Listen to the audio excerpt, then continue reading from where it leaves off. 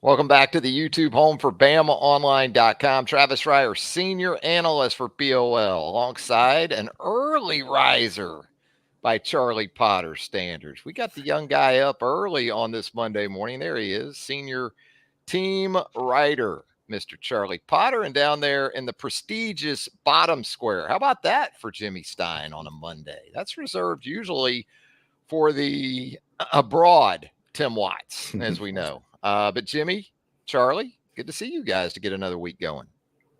All excited about this softball stuff coming up, and baseball's 2 weeks behind softball, but we'll be having a baseball selection show to get excited about in a couple of weeks. Yeah, we'll start right there, guys. And just sort of, Jimmy, your level of surprise to see the Alabama softball team when you include the SEC tournament loss that it sustained to LSU in Auburn, 10-15 in conference play, but there the Crimson Tide was again hosting regional play as a top 16 national seed. You've talked about this before. Metrics were still pretty favorable for Alabama in a lot of ways.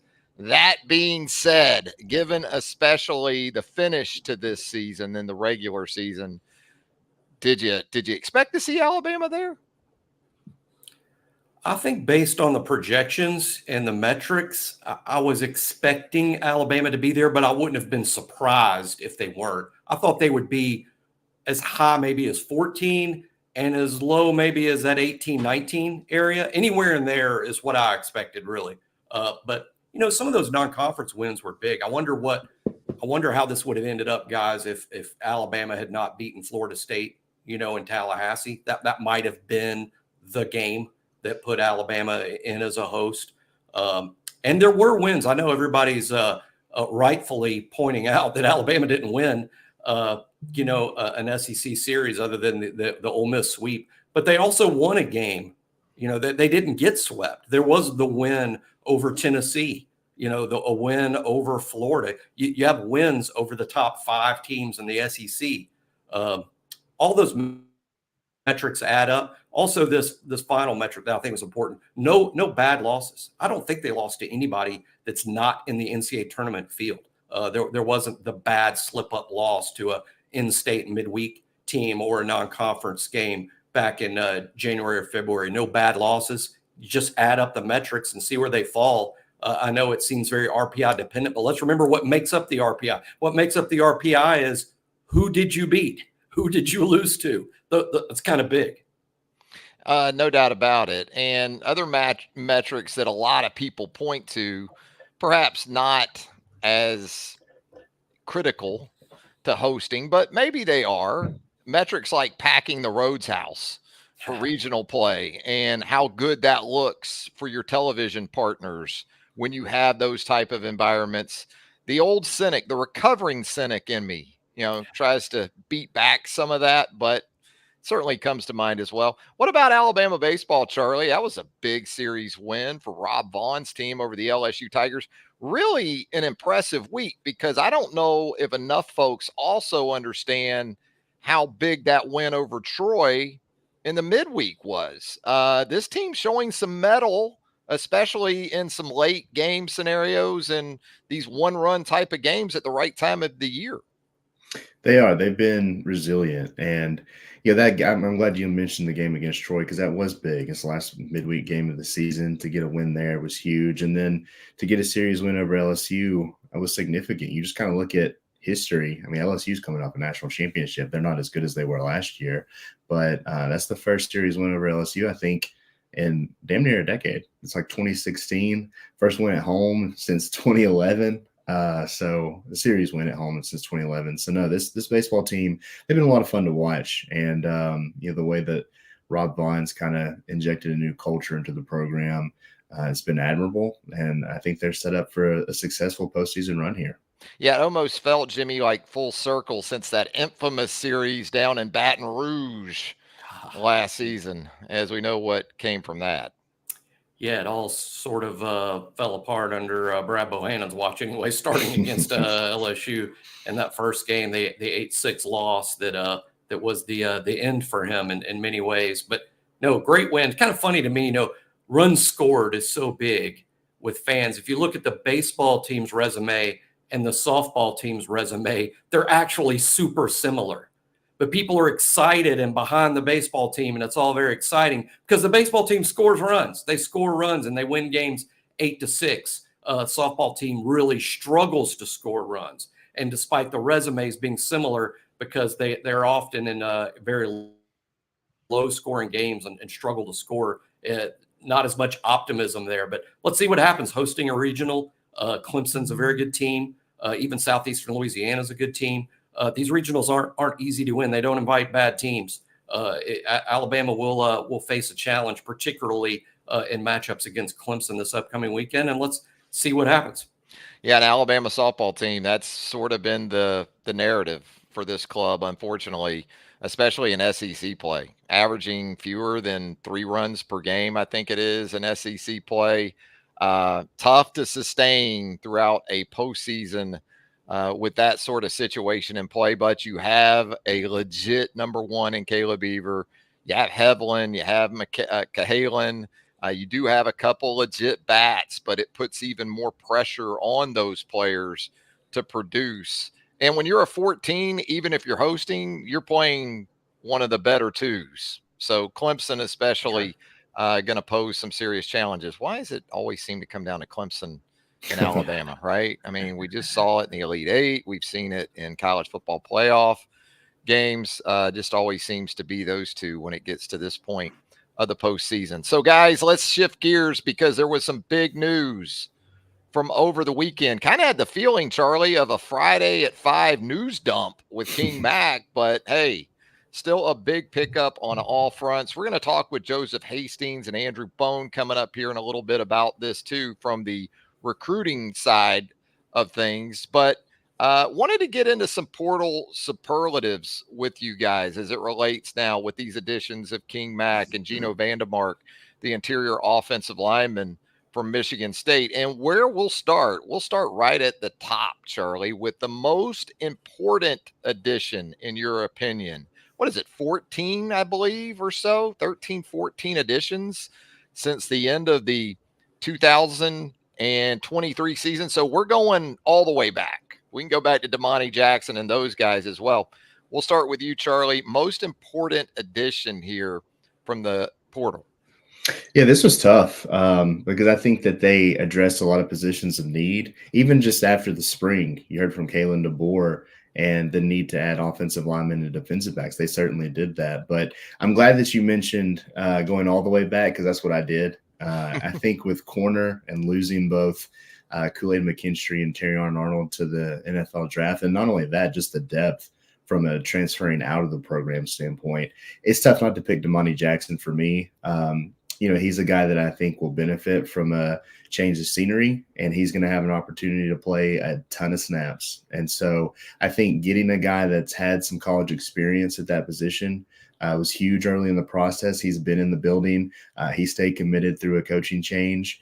And so I know a guy like Deshaun Jones is also coming in from Wake Forest, and I like him too. But I think Damani, having been through a spring practice now, learned this defense, and kind of emerged as a leader in that room. It's hard for me not to pick a guy with experience in that cornerback position. We're going to get into the position that perhaps was the biggest winner. I think we're all probably on the same page where that might be concerned. There's a couple other spots too, because this is a pretty deep portal class for Alabama. So, Jimmy, Charlie goes with the corner and Damani Jackson. Who do you got for us? Yeah, that's a good answer. Damani's obviously going to play a ton of spots and a ton of snaps and a big role.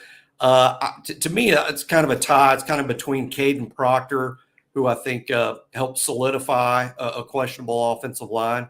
I still consider Caden a portal addition, though he was on the team last year. But adding that left tackle, maybe to Elijah Pritchett, now you've got 2 experienced tackles. Also think Graham Nicholson at kicker, just in the sense of what a massive upgrade, going from the unproven redshirt freshman in Connor Talty to probably the best kicker in college football. Just such a gigantic upgrade. Easy to imagine Alabama playing in close games this fall with that schedule. So to me, Caden Proctor playing the invaluable left tackle position or Graham Nicholson being the kicker in these close football games. To me, it's one of those two guys. Yeah, I like a couple of these areas, man. You guys hit on really three that you'd have to look at the very top of that list. I think, wide receiver you could even look at with Jeremy Bernard, especially with Jalen Hale out now, although you do have Ryan Williams and a couple of prep receivers coming in here at the end of the month. And I'm going to stay with the offensive line, and I'm going to go Parker Brailsford. Yeah. And even though we really haven't seen much of Parker Brailsford at UA to this point, obviously sat out a good portion of spring drills upon his arrival from the University of Washington. We've been reassured. I know, Charlie, you were over in Birmingham last week for the Regions Tradition Pro-Am, and once again, the question was posed to Kalen DeBoer that Parker Brailsford looks to be very much on track and ready to go as they enter the summer months. So you get James Brockermeyer moving on. I'm going to go with Parker Brailsford because even from a depth perspective, you've got concerns now. And that's understanding Geno VanDeMark coming in from Michigan State might be able to address some of that. But I'll go Brailsford. Jimmy likes Caden Proctor, and Charlie likes that corner. I'd say those are value positions, center, left tackle, and corner. So moving on here, Charlie, we get back to you. Transfer, in your opinion, that is most likely to be first team all SEC in 2024. Which of these guys would you look at for that? I really think all three of the guys, 4 2, if you include Graham Nicholson, that we mentioned, could be in the discussion here. But I went with Jeremy Bernard because I think just look at this past year's NFL draft and what Washington was able to produce at the wide receiver position with 3 guys going off the board early, 2 in the first round, or 1 in the top 10 with Adunze. But I think Jeremy, having been in this offense, he's going to benefit a ton from just that experience. He's going to play a ton. And look, I know it is a cardinal sin to overreact to an 8A game, especially at the wide receiver position from what we've seen in recent years. I fully understand that. But this is different because he's a guy that has college experience. He knows this offense. He knows Kalen DeBoer. He knows Jamarcus Shepard. And it seems like he has a pretty good rapport with Jalen Miller already. So I think offensively, especially through the air, Alabama's going to put up a lot of numbers. And I think Jeremy Bernard's going to be the beneficiary of that. I do like the wide receiver position as a whole with guys like Kendrick Law and Kobe Prentice. Some of the other guys returning, like you said, you still got Ryan Williams coming in this summer. But I think Jeremy Bernard, given what we saw throughout the spring, he has the real look of a number 1 guy this fall. And in this offense and the numbers it's been able to produce here of late, tough not to pick that guy for a first-team All-SEC for me. Yeah, very sensible selection there in Jeremy Bernard. What about it, Jimmy? Who do you got for us? First team all SEC for the upcoming season where this transfer portal class is concerned. Yeah, I like the Bernard answer. And I ain't going to the same well again and again, but I'm going to go Graham Nicholson just simply because, he's the best kicker in college football last season. No reason to think he might not be the best kicker in college football again. That's certainly going to make you a strong all-SEC candidate. So I think Graham Nicholson is sort of the obvious answer, but I think guys like Bernard and Proctor and Brailsford are all good answers. Yeah, Nicholson, it's not just the impact he's going to make for Alabama. It's that the league is overturning some really good kickers. And you saw it in the NFL draft. I think the first 2 kickers off the board were Will Reichard and Cam Little of Arkansas, and then the big fella out at Missouri that had the 61-yarder last year. I know him because we had the same fitness instructor, I think. But yeah, it's not just an Alabama thing where teams in this league are looking to turn over at an important spot. Nicholson makes a lot of sense as well. I'm going to go back to that offensive line. I'm going to go Caden Proctor, and that might be a little bit of a reach. I don't like that he missed spring practice because I think it was going to be a very important stretch for him in terms of his development. I don't think Caden Proctor's close to a point yet where you can say, oh, he doesn't need, some guys, they get 3 or 4 years in. And as we've seen in the past, Charlie, those kind of guys we may not see as much in the spring or really pushed as much in the spring. I think Cade needed it. I still think He's capable of that. It's tougher for me to even go with him because I think Will Campbell of LSU is going to be a slam dunk at one of those spots as a first teamer. So it's not like kicker, where there's a lot of question and a lot of turnover. But give me the big guy. Give me Caden Proctor. How about Charlie Potter as we move on here? How about Mr. Underrated, in your opinion, in this transfer portal class? Which of these guys are you looking at for that one? I'd initially thought about Graham Nicholson, but you guys are on the Graham Nicholson fan club panel, it seems like. So I'm not going to go there. I do think I had a couple of guys. I went on both sides of the ball, so I cheated a little. But feel free to talk about these two also. But I don't think we talked enough in the spring about LT Overton, because I think the way that he came in, but then the way the defense changed and there's a position really for him at that bandit. I think Jarin Latham's going to play a ton, but I think LT Overton showed some good things in the spring. And I kind of went with more guys that might not play as big of roles as the Proctors and the Brailsford and the Bernards that we've talked about. But I think LT Overton has a place in this defense, and he's going to make an impact this fall. And maybe we didn't talk about it enough in the spring. And the guy in that same vein is Josh Cuevas, a tight end. I know in the scrimmages, he played some with the ones. It's a position that's in pretty good shape with CJ Dupree coming back. You've got Robbie Oots. You got some talented young guys, but with a guy like Caleb Bowden switching to wide receiver, there's some targets there, I still think. And with Amari Niblack moving on, I think a guy like Cuevas could benefit for sure. So I think both of those guys, having gone through spring, having some familiarity with the previous coaching staff with Cuevas, I think those are some underrated transfers that maybe we're not talking about enough at the positions of need, so to say, but the guys that can make impacts this fall. I like it. What about you, Jimmy? Who's your Mr. Underrated when we talk about this Baker's dozen or more? Yeah, Charlie had, I think, really good answers there. That's where I was leaning myself to both LT Overton, who I thought, even though he might be behind Jamarian Latham on the depth chart, when I saw Overton, over the spring, I thought he was more explosive. I won't be surprised if he ends up playing the most snaps at that bandit spot. And like Charlie said, we're not really talking about him enough. And Cuevas was I think, a standout, probably going to be the leading receiver among that tight end group. And since Charlie went there, I'll go Deshaun Jones, just picked up over the weekend.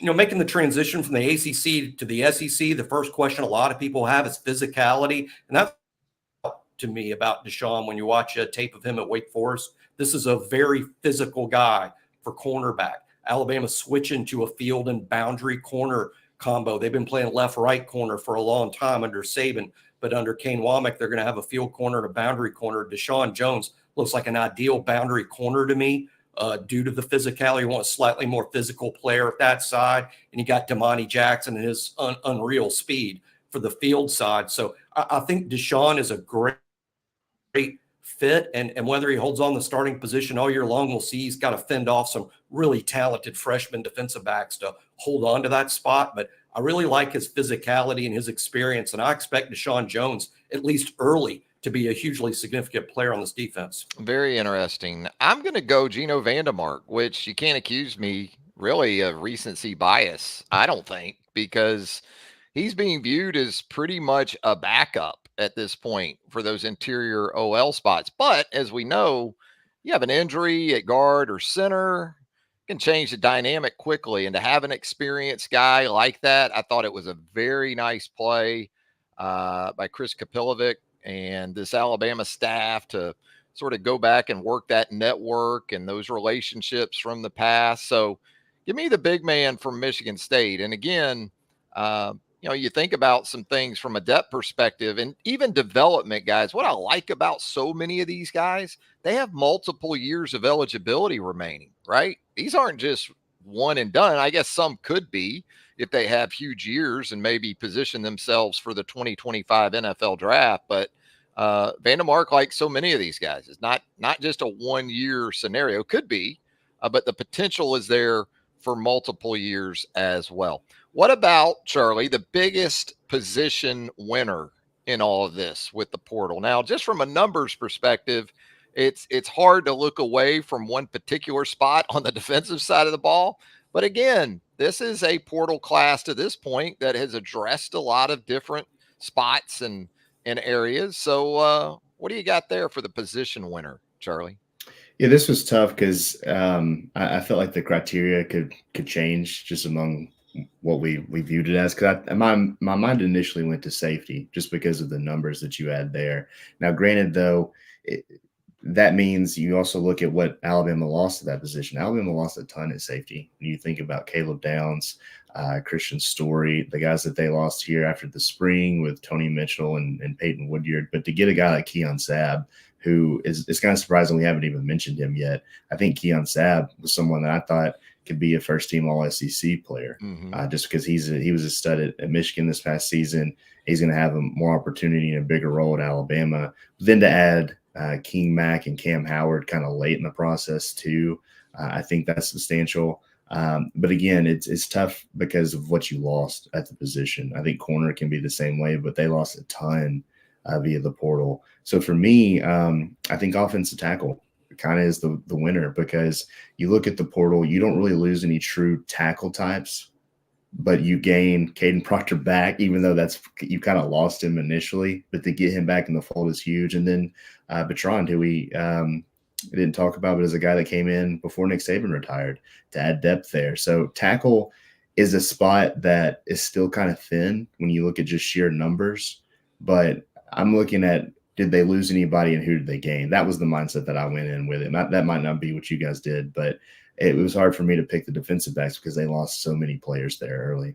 Yeah, and you can just look at this from a unit together too if you want. If you want to combine the corners and safeties and call it the secondary, or the tackles and the interior guys at Alabama put together with the O-line, you can do that as well. But Jimmy, what area do you have here? Well, the DBs, I mean, you lost so much, but you also gained, 3 of the 5 likely starters, in my opinion, against Western Kentucky. 3 of the 5 are likely guys you added from the portal, the 2 corners and Jackson and Jones and Keon Sabb at safety. So what Alabama was able to add is big. You lost a volume of talent, frankly, or perceived talent in the younger players like Woodyard and Mitchell. But I think Alabama did really good work in the portal to add starters. How many Alabama fans, prior to the first portal cycle, were familiar with Keon Sabb or Deshaun Jones, who's a new name, I think, for virtually all Alabama fans. And now you're talking about starters in September. So I think they did really good work in the DB, and that was the real portal position for Alabama this cycle, both cycles, in terms of guys moving out and guys moving in. But overall, they did good work there because I think they've got a solid group. It's not one of the great defensive backfields of recent Alabama history by any means, but it's good. It'll match up against most any defensive backfield in the league. Yeah, when you look at it between 1s and 2s potentially in this group, you can roll your 5 defensive backs out there. You got Cam Howard at safety. You got Keon Sabb at safety. You can play King Mack at some different spots, perhaps even the Husky. Then you got a couple of corners and Deshaun Jones, to work with, along with Damani Jackson. So kind of a 5-man class at this point that you could sort of plug and play with, understanding Malachi Moore is very much that guy at one of those safety spots. We know that for sure. Hey, let's get into most versatile edition. That may come from the secondary as well, just a guess, but could be a couple different spots as well. Charlie, who you looking at for that one? Yeah, you kind of previewed my pick there when you were breaking down the secondary, and the fact that King Mack can kind of play multiple spots. He can play back deep at safety or move closer to the box at the Husky position. And I don't think he's necessarily a guy that comes in and makes an immediate impact, but I think he can certainly push for it. You're not looking at a Damani Jackson or a Keon Sabb from that regard. He doesn't have as much experience as those guys, but I think he's a talent, a former top 100 player. But the fact that you can move him around to different spots in that secondary, I think is invaluable when you're trying to figure out these spots and trying to figure out depth, truth be told. So with so many guys leaving, even after the spring close, there's opportunities for those safeties. And you've got Devontae Smith and Red Morgan at the Husky position. I keep wanting to say star, but the Husky position. You got Sab and Malachi Moore back deep. I liked what I saw from Bray Hubbard in the spring game, but then that spot beside him, that's open with Peyton Woodard moving on. So I think King Mack can move around in the back end of that secondary. I think he's a guy that looks like he could make an immediate impact on special teams. But I think with all those things in mind, I had to go with him. Jimmy, who do you got? Mr. Versatile from this portal group. Yeah, I'm going to go Jeremy Bernard as a guy that can play all of the wide receiver spots. He's at 6'1", 200. He can play outside. He's got some experience playing inside in the slot. He's been playing college football now. This will be his third year, so he's got experience at these different spots. But then he also can get involved in the return game. I suspect he'll be a major candidate as a primary kick returner and or a punt returner. So we could be seeing a ton of Jeremy Bernard, just not on offense, but on special teams as well. I think he's a versatile talent and no question will be a real big part of things this fall. Yeah, I didn't want to go Geno VanDeMark like multiple times, but our guy Sam here in the show chat, he likes him because, again, this is a potential swing guy between guard and center. You have an injury. I think they've got some guard types that they still like. But, if VanDeMark can prove to be that veteran sort of next guy in, it's certainly a center prospect as well to go along with some young guys like Joe Ionata. That would be a great thing. Hey, I'll go with Nicholson, the kicker. He can kick field goals and kick off. So there you go. There's some versatility for you because I think we pretty much covered the way I was looking at some of those. Hey guys, before we let you sneak out of here, need to talk about some NBA draft watch. Charlie Potter, you've been all over this thing for us. Jimmy Stein, right there with us on the BOL Roundtable. By the way, if you haven't subscribed to our YouTube channel, go ahead and hit that subscription button right now. Subscribe to our YouTube channel. Turn on those notifications. You'll get all of our video content as it drops on the YouTube home for BOL. So, Charlie, give us an update on where this draft process is at. Alabama has come through it to this point in pretty good shape. There have been rumblings about Mark Sears staying in the NBA draft or returning to Alabama. Same for Jarin Stevenson. And we don't want to forget about Aaron Estrada either. He's going through this after a huge impact on the Alabama program. So where does that kind of sit right now with those guys? Yeah, the G League elite camp just wrapped up in Chicago, and there were a number of players out there. Basically, you can make up 4 full teams for 2 scrimmages a day, and Jarin Stevenson and Aaron Estrada got invites to that. The big thing for that is then you're looking to get a call up to the draft combine, which is this week. So it's a situation where I think that both of them did some good things. Like Aaron Estrada got some early praise on Saturday, but neither one of them got a call up as of yet. I don't know if that window's closed for them entirely or not, but only 5 players did, and they weren't among them. So now you're kind of on Jarin Stevenson watch to see what he's going to decide. He could still have, meetings with teams and visits. He still has until the 29th, but that's you hate it for him because I know he wanted that invite to the draft combine, but it's a step in the right direction for him to ultimately decide to potentially return. For Mark Sears, we'll see how this week goes in Chicago at the NBA draft combine. He's a guy that, there's been some mock drafts that don't have him at all. Some, early second round. I know mock drafts aren't the end all be all, but we'll see what happens with him. But that's really it from this roster standpoint. You got those 2 spots open for Sears and Stevenson to return. I think the staff feels pretty good about both. We'll see what happens though this week with Sears, because this is a big one for him just in terms of workouts and meetings and things like that, the feedback he's going to get. Yeah, Jimmy, coming up a little bit of a hold your breath moment for the Alabama fan base, I guess, where Mark Sears' potential return is concerned, because boy, when you think about the possibilities with Cliff Amore coming in the post and everything this team's going to bring back and what it has added, not just from the transfer portal, but this tremendous freshman class that's set to descend on Tuscaloosa. Just feels like Sears is a little bit of the linchpin in all of this. Yeah, I think if Sears comes back, it's very reasonable to think that Alabama might be a preseason #1, things like the AP poll.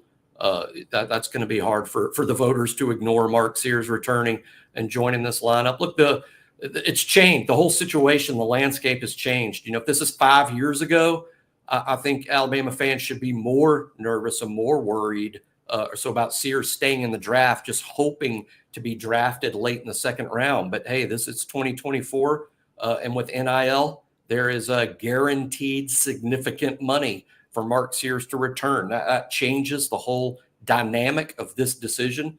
5 years ago, I think, we'd be probably just kind of helping him pack his bags.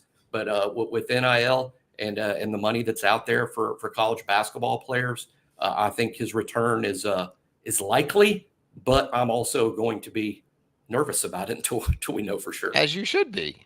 And with that, Charlie Potter, Jimmy Stein, we really appreciate you guys joining us here on the YouTube home for BamaOnLine.com, getting this week going with some team talk, whether it's Alabama baseball, Alabama softball, football, of course, and some men's hoops as we take you out of the team portion of the show. Thanks, guys. Thanks, No Trav. problem. Happy to pinch hit for T. Watts any day. Yeah, well, I think you did very well as a left-handed bat off the bench. I think you drove in a couple for us here, Charlie. We appreciate I still it. got some speed. Well, I mean, you're a documented 4.4 guy at Boaz High School, as you've told us many times before. Absolutely. Those stopwatches will do wonders for you, man. Oh, those Boaz watches. You got to watch them. All right, guys. Have a great rest of your week. We'll talk soon. Thanks, there they go. And with that, let's do some recruiting talk. Let's check in. There he is. How about Joseph Hastings? How about Andrew Bone? He takes over that prestigious bottom square for us on a Monday morning. Gentlemen, I trust you had a great Mother's Day weekend. Took care of those moms. We got to do that. Kind of had a double header myself yesterday. It's all worth it, to make those very, very important people happy. I'm sure you did much of the same. Oh, definitely. Yeah, I'm out here on the road. I've got a road series out here doing the BOL podcast, and in my brother's room right now. Got to spend a great day, Mother's Day with my mom. Went out to the movies, watched some NBA basketball. So yeah, it was fantastic. Had a great time. And Andrew, we've got plenty to talk about on this Monday morning. I know there's some West Coast DBs that you wanted to get into and kind of update their status where Alabama is concerned. So we're going to start with you right there. Give us those one or two updates that we need to know. Yeah, so you look at Alabama's recruiting class right now, 10 commitments. 2 of those commitments are DBs.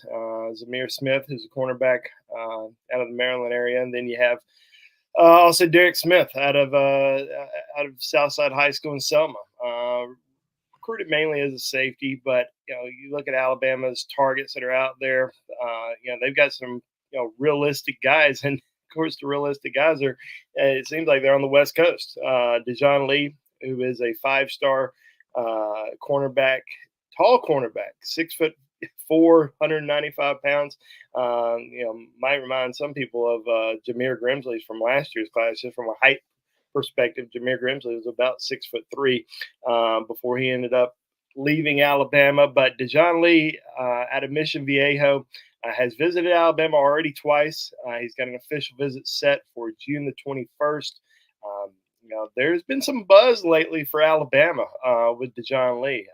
Max Torres from the Oregon side at On3 actually threw in a prediction last week for Alabama with Dejon. Not ready to put in our official prediction just yet. I kind of want to wait and see how the official visits go coming up. He's got an OV set for Washington on the 31st. He's going over to Georgia on June the 7th, and then he's going to wrap things up with Alabama on June the 21st. So we're probably going to see a decision happen, I would expect, before his senior season, probably sometime in July. And Alabama, Georgia, those are the 2 schools that are at the top of the list right now. They're fighting hard, kind of tooth and nail. We talked about this guy for a long time. I mean, he was one of the very first players that was offered by Coach DeBoer and his staff once they arrived in Tuscaloosa. He was previously recruited by Coach DeBoer when they were at Washington. So that relationship has gone back a long time, and he was able to get back to Tuscaloosa for the for the week after A-Day, which I thought was big. I mean, you get a kid back on campus when there's not a lot going on as far as having 100+ recruits on campus, having to kind of cater to every top guy. When you can kind of sit down, focus on one or two guys who are on campus that weekend. I think that's a lot better. You get a lot more one-on-one time. You really get the chance to build that relationship. So, getting him back on campus in late April was huge for Alabama, and we'll kind of wait and see how how things shake out moving forward. But one other guy that we'll mention is Chuck McDonald out of Mater Dei High School in Santa Ana, school that has been very, very good to Alabama for the last several years. Whether it was Bryce Young, last year Xavier Brown, Damani Jackson. Alabama's been able to recruit that school, and there's obviously a lot of connections there. And with DeBoer's staff coming over, they've got those West Coast connections. They know Mater Dei. Alabama's also got a commitment from Abdul Sanders, linebacker at Mater Dei High School right now. So a lot of good connections there for the Crimson Tide. Chuck McDonald announced his top 4 schools on Sunday, 2 SEC, Alabama and Georgia, and then you have the Pac-12, USC and Oregon. Been to USC several times, been to the other schools, hasn't been to Alabama. This is going to be the first trip to Tuscaloosa. Sit down with the coaching staff on May the 31st. But he had a great visit about a week ago with Mo Lindquist, the cornerbacks coach, and also Kane Womack, the defense coordinator. They had a chance to spend a lot of time with him during their spring visit evaluation, and they're really putting the full court press on him. So we'll see how how these official visits go.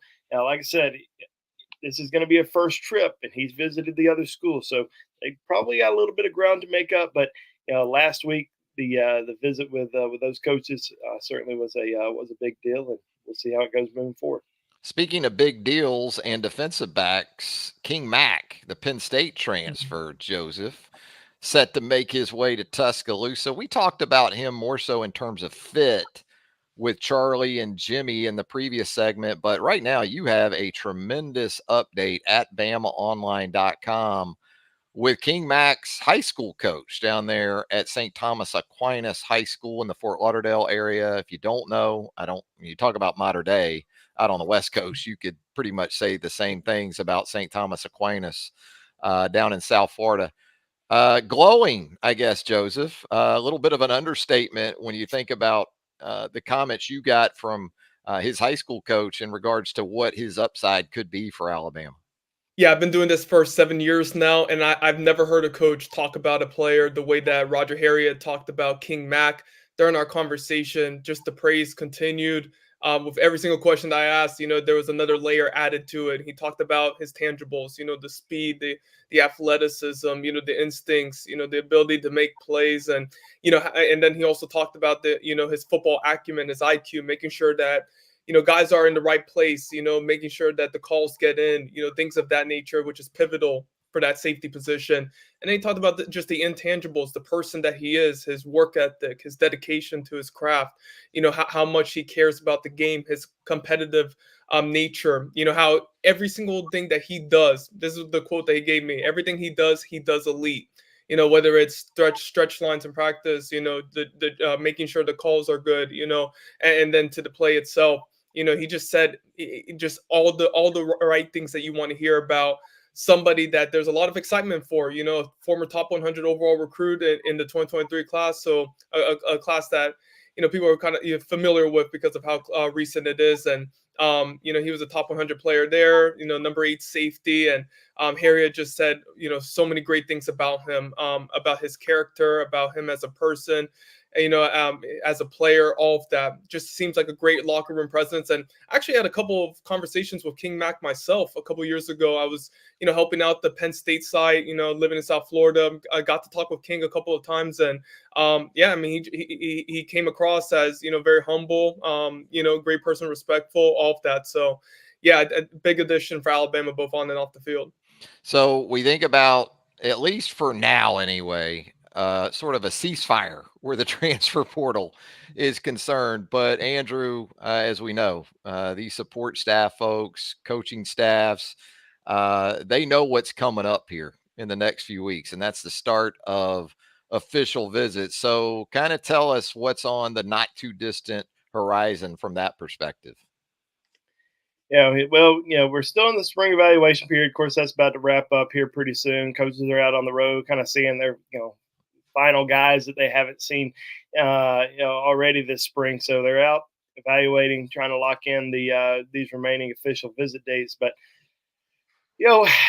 I think going back, the last several years, whenever recruits started taking official visits during the summer, I don't know if I've seen a set schedule at this point already. I mean, there's 30 plus recruits have already set official visits. I think there's 56 that can take official visits overall.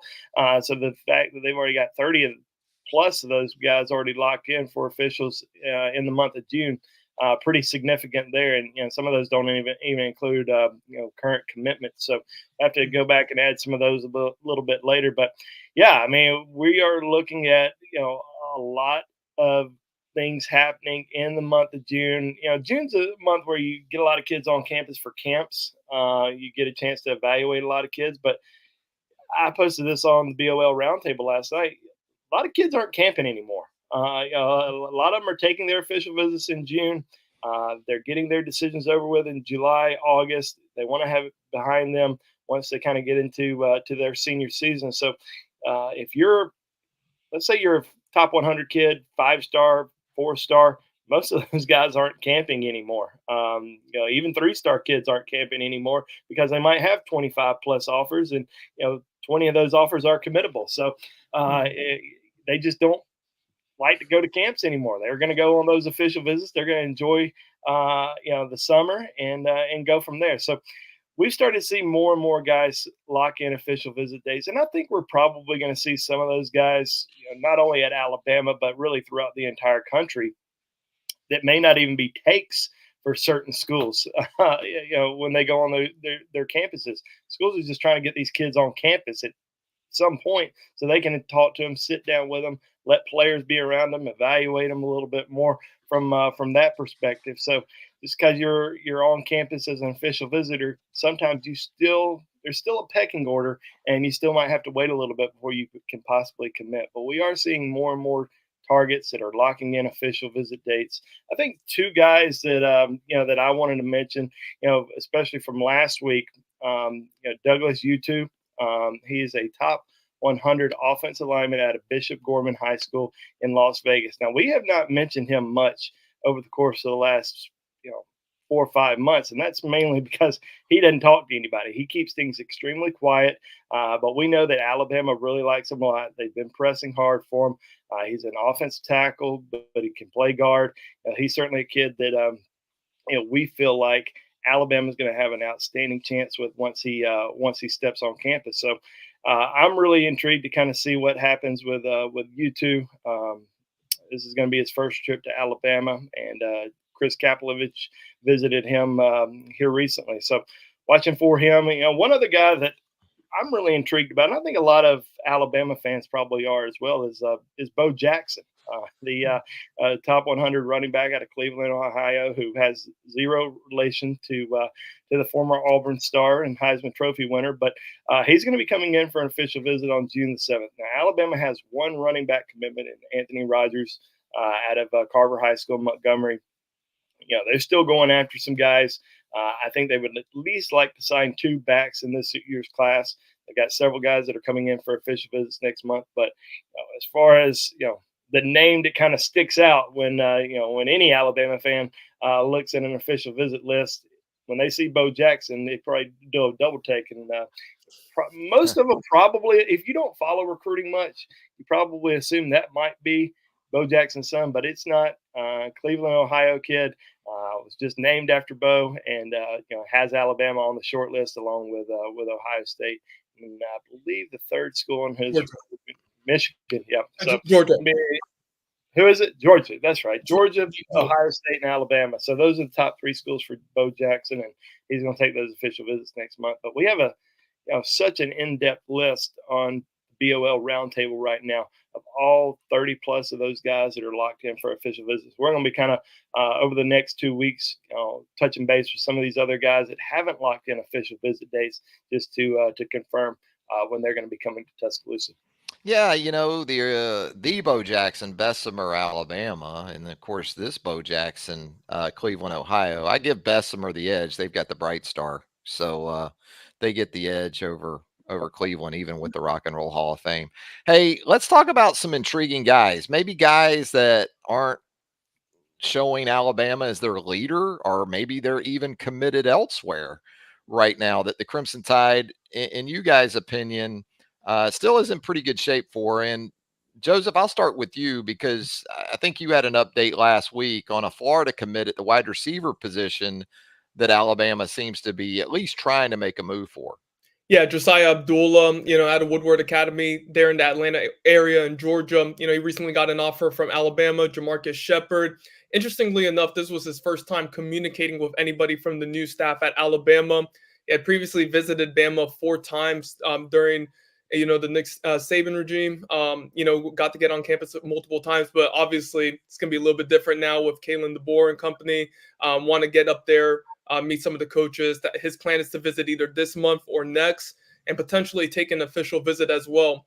Abdullah's recruitment is a little bit interesting. He's committed to Florida, has only visited Florida twice this year, once before his commitment on January 13th and another time in April. So, it appears to be very locked in with the Gators, but is talking with other schools like Tennessee, Texas A&M, Georgia, some others, and obviously Alabama included. So, this is one we'll kind of wait to see, what happens just in terms of, him potentially getting on campus, when and if that may occur. But, he's an exciting prospect to watch when you turn on his film. Had over 1,100 all-purpose yards last year, 750 of which were receiving yards. Has 24 total touchdowns over the past couple of years playing in Class 6A in the state of Georgia. So, he's one of those new additions in terms of offers. But once again, waiting to see what happens and gets on campus. Talk about intriguing official visitors. Keelan Russell is obviously one of the biggest ones. Quarterback committed to SMU, only quarterback to be offered by Alabama during the spring evaluation period. Got that offer after Nick Sheridan saw him, earlier last month. Had a good conversation with him, had a good meeting with him. I also had a chance to speak with his father as well. They like Alabama. Haven't visited yet. So that's going to be the big determining factor there in terms of potential elevated interest is how that official goes. But he's already visited Ole Miss. Recently got an offer from Oregon, considering Florida as well. So he's kind of keeping things open as well in his recruitment, and these official visits are going to be pretty pivotal in determining what ultimately happens with him. But, somebody that Alabama really likes, and he's expressed high interest in Bama himself. So, he's one of those official visitors we're keeping an eye on. And even from the commitment list, I'm looking at someone like a Daryl Duke Johnson, who's visiting during a pretty loaded weekend for Alabama, June 7th through the 9th. Bone mentioned there about Utu getting on campus. You got Michael Carroll coming in as well. CJ Wiley, Bo Jackson, Nick Townsend. He's top tight end target out of Texas. So I think it's really interesting with somebody like a Duke Johnson, who's been very vocal on social media and also in interviews with us about wanting to recruit for Alabama, wanting to get guys in the fold, that he'll be visiting during a weekend like that has so many guys on campus. So those are a couple of names I wanted to highlight. Yeah, Bone, JoJo covered a little ground for us right there from the intriguing perspective. But who sort of fits that bill? Maybe some guys that he mentioned. Maybe you got a guy or two that you have in your back pocket for us. Well, honestly, there's a lot of guys that are intriguing heading into the summer because Alabama does lead for a few. We feel good about a few others, but it's kind of a wide open race heading into summer official visits. A lot of kids are going to be hitting schools back to back to back. I remember, and I always bring this up, and there's a lot of examples, but I'll always remember Tyler Booker heading into the summer. He had a top 2 of Florida and Georgia. It was a Florida-Georgia battle. He was going to one of those schools. Alabama, was kind of on the outside looking in. Kind of same thing with J.C. Latham. J.C. Latham, another guy that didn't have Alabama as one of his top 2 schools. But with Booker, Alabama was his last official visit. Visited all those schools, took that visit to Alabama, and everything just changed. So things can change on official visits, and it can change good, it can change bad. So a kid might be leaning towards Alabama heading into the summer. He might go on an official visit somewhere else, and bam, all of a sudden that school's leading. But I think with Alabama, I think the biggest thing for me is the wide receiver position, because we know about the success of Coach DeBoer, Coach Shep, Nick Sheridan as a first year offensive coordinator here at Tuscaloosa. What are they going to be able to do at the wide receiver position? Obviously, they were able to close strong once they arrived by getting Ryan Williams back into the fold. They've been able to add Latzir Brooks, who potentially might be the most underrated player in the country, and I think he's rated 101 overall according to On3, but he's an exciting football player to watch. But who else is going to be that next wide receiver commitment in this class? And they've got some big names that are going to be on campus over the course of the next month. Derek Meadows, who is top 100 wide receiver out of Las Vegas. And I keep thinking that this is going to be the year where Alabama finally breaks Vegas and gets in.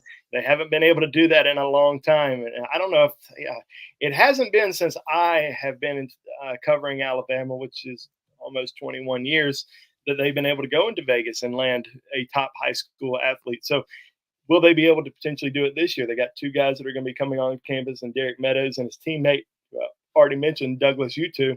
A couple other guys, Caleb Cunningham, another 5-star wide receiver out of Mississippi. We talked to him. Joe talked to him earlier this spring, and he didn't want to leave Alabama.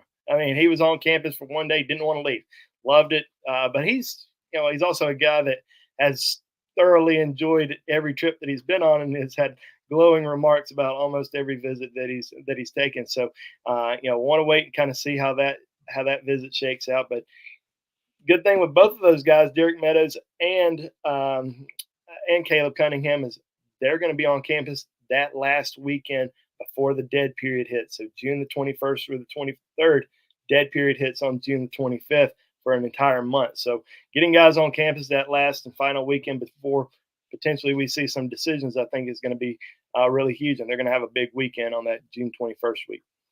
Jojo Bone mentioned earlier the spring evaluation period. What's been your biggest takeaway from this stretch, where that area of the recruiting process is concerned for Alabama? Yeah, so I think it's been interesting just to track where the coaches have been visiting.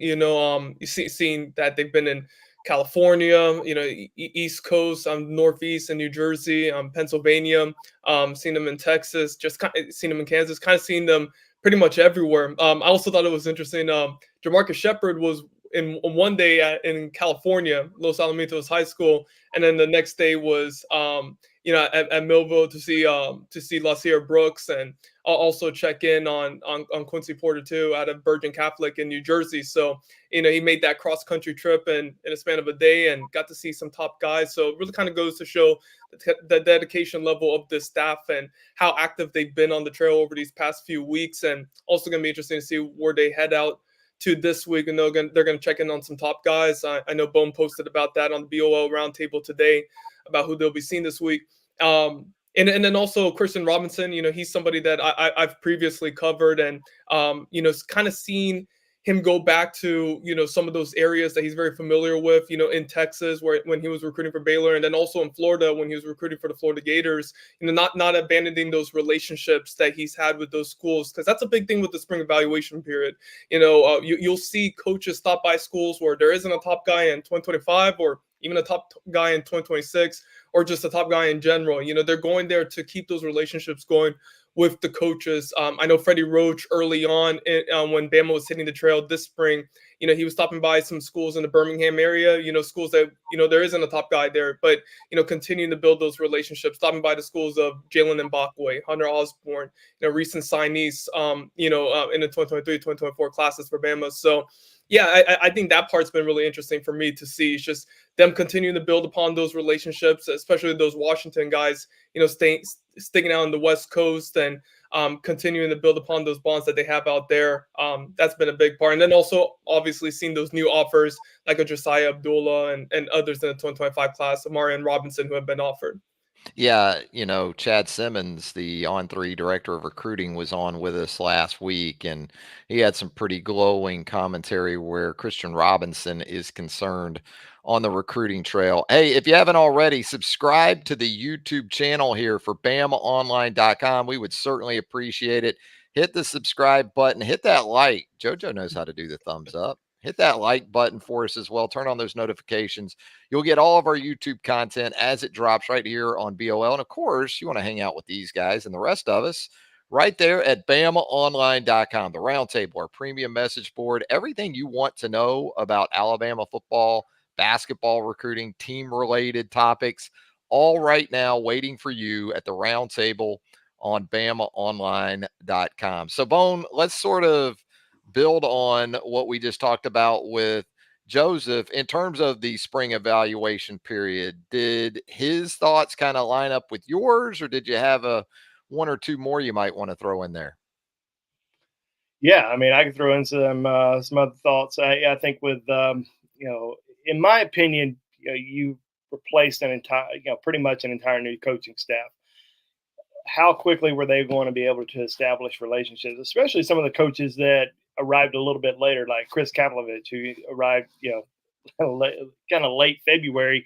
Alabama had two offensive line decommitments, kids that, didn't even, really get heavily pursued by this new staff. But, what was Alabama going to be able to do on the offensive line? And, hadn't seen any commitments yet, but we've seen, three or four guys that have Alabama right at the top of their list, like Jackson Lloyd out in Carmel, California, or Mike Carroll, who we've already mentioned, out of Pennsylvania.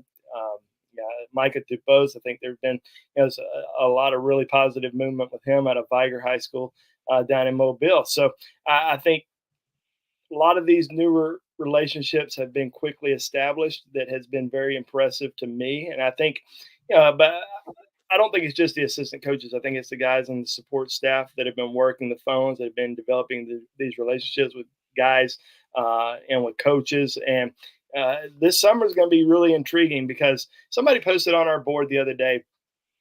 I think they had 19 or 20, predicting 19 or 20 commitments ahead of the start of the football season. And it looked like it could be a top 3 recruiting class. And everybody was really excited. And I started looking at it, and everybody kind of has their opinions on who's going to commit and class breakdowns. And we do that all the time as well. But when I was looking at it, every single one of those players looked like a very legit, realistic possibility to be in Alabama's class in August. And it would certainly be a top 3 recruiting class. Now, if they're able to do something like that in such a short amount of time, and then you get into the season and have a lot of success, which we all expect them to be able to do, that's certainly going to build on for recruiting momentum here in the future. And I think this staff knows exactly what they're doing. They knocked it out of the park in the transfer portal. They're doing it right now. Obviously, everybody thinks the only position Alabama's recruiting is linebacker, but I don't think we're going to see many more linebacker commitments for a while. Now, we might see some Wolf commitments, but we're not going to see probably any more inside linebacker commitments anytime soon. There's going to be a lot of focus on other areas. We talked about quarterback earlier. What's Alabama going to be able to do there this summer? Getting some guys on campus. They've been out evaluating a lot of different kids, so being able to get those guys on campus, whether it's an evaluation aspect or just an official visit, and building those, trying to flip a guy, like a Keelan Russell, Juju Lewis still out there, but I don't know what he's going to end up doing as far as a visit to Alabama. Hasn't said if he's going to take an official yet, but there's some other guys. Deuce Knight, Notre Dame commit. Nick Sheridan went and saw him on Friday. So there's a lot going on kind of behind the scenes. We'll kind of just see who ends up making those trips to Tuscaloosa in the coming weeks. And it's going to be a lot of fun. I mean, it really has not slowed down at all from a recruiting perspective. We went from the end of the season to the early signing period. Then Nick Saban retires. All hell broke loose from the transfer portal perspective.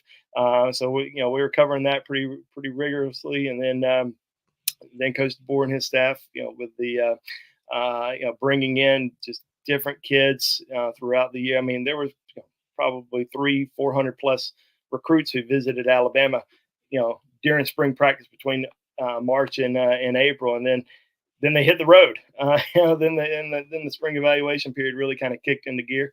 Now you're about to have official visits and summer camp. So it's been nonstop action. It's been a lot of fun. I think there has certainly been a lot more interest. I don't know if I've seen this much interest in several years about Alabama recruiting, just because of all the uncertainties, all the new guys that Alabama's recruiting. When Nick Saban and his staff, when they left, Alabama lost out on probably a couple kids. Jamie French, who decommitted, hasn't really shown much interest in Alabama, but you're starting to see new interest from other top guys throughout the country. Like I mentioned earlier, Derek Meadows, Caleb Cunningham showing more interest.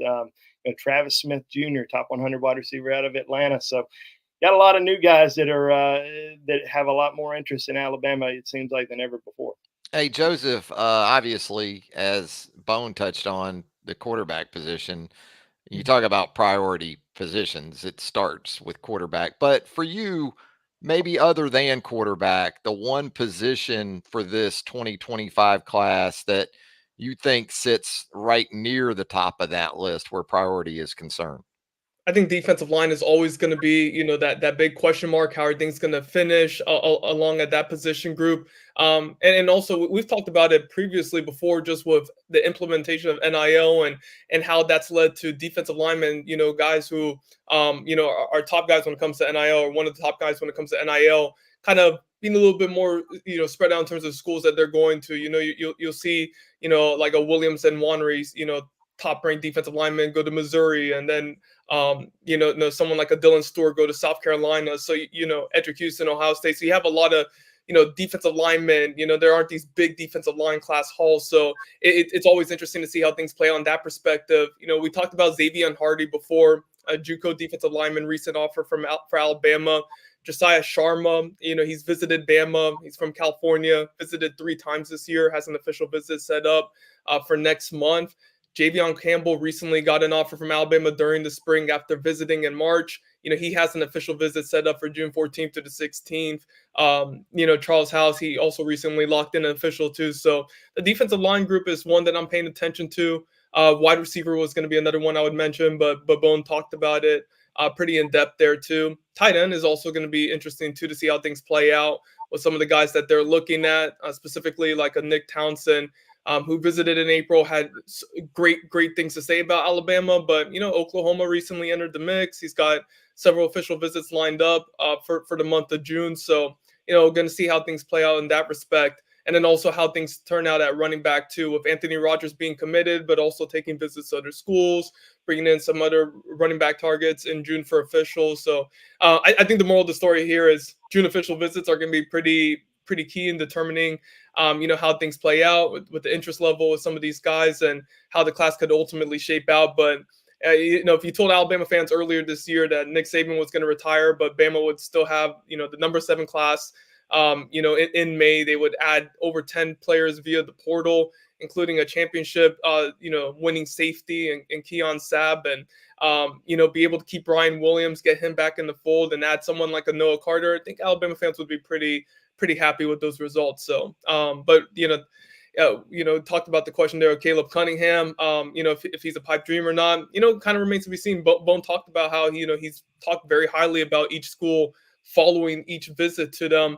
Bama being one of them, LSU, Mississippi State too. So, Bama getting that last official visit, the last one before a month-long dead period, could be pivotal there, but, kind of remains to be seen. So I'll let him chime in on that one. But yeah, things are going pretty well for Alabama right now. Yeah, Bone, you got some stuff to add there with maybe Caleb Cunningham. I know you talked about him earlier, but also just commitment watch in general. Do you have someone maybe in your strike zone, so to speak, right now that might fit that bill as we wind things up on a Monday? Yeah, I think with Caleb Cunningham, just it's going to be more about just getting him back on campus. He visited back in early March, had a great trip, but got to get him back. And there's a lot of schools that are high on his list. Of course, the in-state Mississippi schools, they're not going to go down without a fight. I mean, the Ole Miss, Mississippi State, they are going to do whatever it takes to try to get him to stay home. So we'll see how the visits go next month with him. But Alabama does have some options at the wide receiver position. I think as far as who's on commitment watch, I think the one guy that we have been probably waiting for the last couple of weeks is Dawson Merritt. Of course, everybody's going to freak out when they see LB next to his name, but being recruited as a Wolf, and Alabama has zero Wolf commitment. So that's another area that Alabama would like to add one or two guys to the fold, and they've got some big names that are going to be coming in for visits. Now, Dawson Merritt, he took his official visit to Nebraska here recently, and there's been some buzz that he might go ahead and make a decision before the summer. He's got an official set for Alabama on June the 7th right now, but we'll see if he decides to do something before. But that's the guy that we are probably watching closer than anyone else. Of course, of the last 2 weeks, we've been watching the portal. Now we're starting to watch high school guys a little bit more. With Dawson Merritt, of course, there's a couple other Wolf candidates that are out there. Justin Hill out of Cincinnati that Alabama absolutely loves. Caleb Falk, who is a Auburn commitment, also has an official visit date set with the Tide. So we'll kind of wait and see how things shake out there. But Dawson Merritt, as far as who might be the next guy to make a decision, he's the one that we're watching.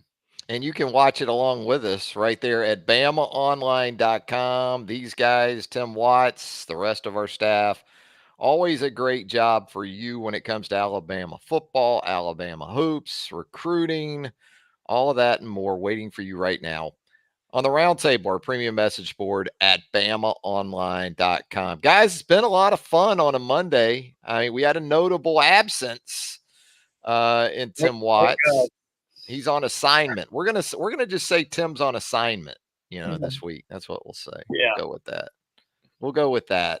He'll like that better than the Ferris Bueller like response he got the last time we went without him. So, hey, Joseph, Andrew, thanks again. Look forward to hanging out with you and catching up with everything we need to know right there with us at BOL. Awesome. Yep. Thank you guys for watching the show. Give us a like, follow, go to BamaOnline.com. We got a lot going on this week. Got a defensive line breakdown story on there right now. You can read that complete coach interview from Joseph. And then it's a busy week. Coaches are out on the road. We got some big names that they're going to see already on the BOL roundtable. So go check us out. And you guys have a great week. Running backs week, I think, too, at BOL when it comes to team coverage. So Charlie Potter and our staff on that side going to talk a lot about Jam Miller, a lot about Justice Haynes. Plenty of stuff for you right there at BOL. So for Joseph Hastings, Andrew Bone, Charlie Potter, Jimmy Stein, I'm Travis Reier. Thanking you once again for joining us right here on the YouTube home for BamaOnline.com. And until next time, so long, everybody.